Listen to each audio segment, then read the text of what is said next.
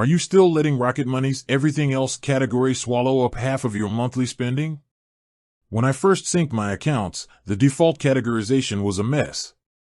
I had car parts showing up as shopping and my gym membership lost in bills and utilities, making it impossible to see where my money was actually going. After months of trial and error, I've dialed in a custom category system that actually makes sense for a real-world budget. The problem with defaults. The default Rocket Money categories are too broad. Food and drink is the biggest offender. If you want to save money, you have to distinguish between your survival, groceries, and your social life, dining out. By splitting these, I realized I wasn't overspending on food, I was overspending on convenience. The essential custom categories. To get a clear picture of your finances, I recommend setting up these specific buckets. Fixed essentials, this is for your rent or mortgage, insurance, and car payments. These are non-negotiable and shouldn't be mixed with utilities like Netflix or Spotify.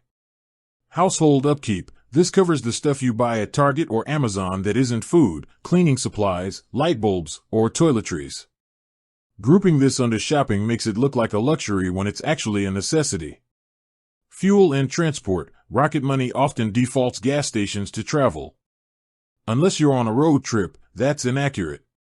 Keeping a dedicated fuel category helps you track the actual cost of your commute. The Me Fund, this is my favorite. Instead of entertainment, use this for your hobbies.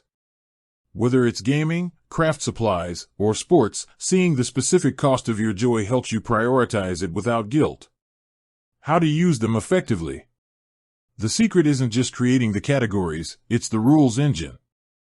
Every time a transaction comes in, I take 5 seconds to create a rule so that specific merchant always hits the right custom category. If you see a merchant that fluctuates, like a pharmacy where you buy both medicine and snacks, don't be afraid to use the split transaction feature. It's the only way to keep your medical category from being inflated by bags of chips. By narrowing your focus to these specific, high-impact categories, you stop looking at a wall of data and start seeing a roadmap of your habits. With that said, thanks for watching and until next time.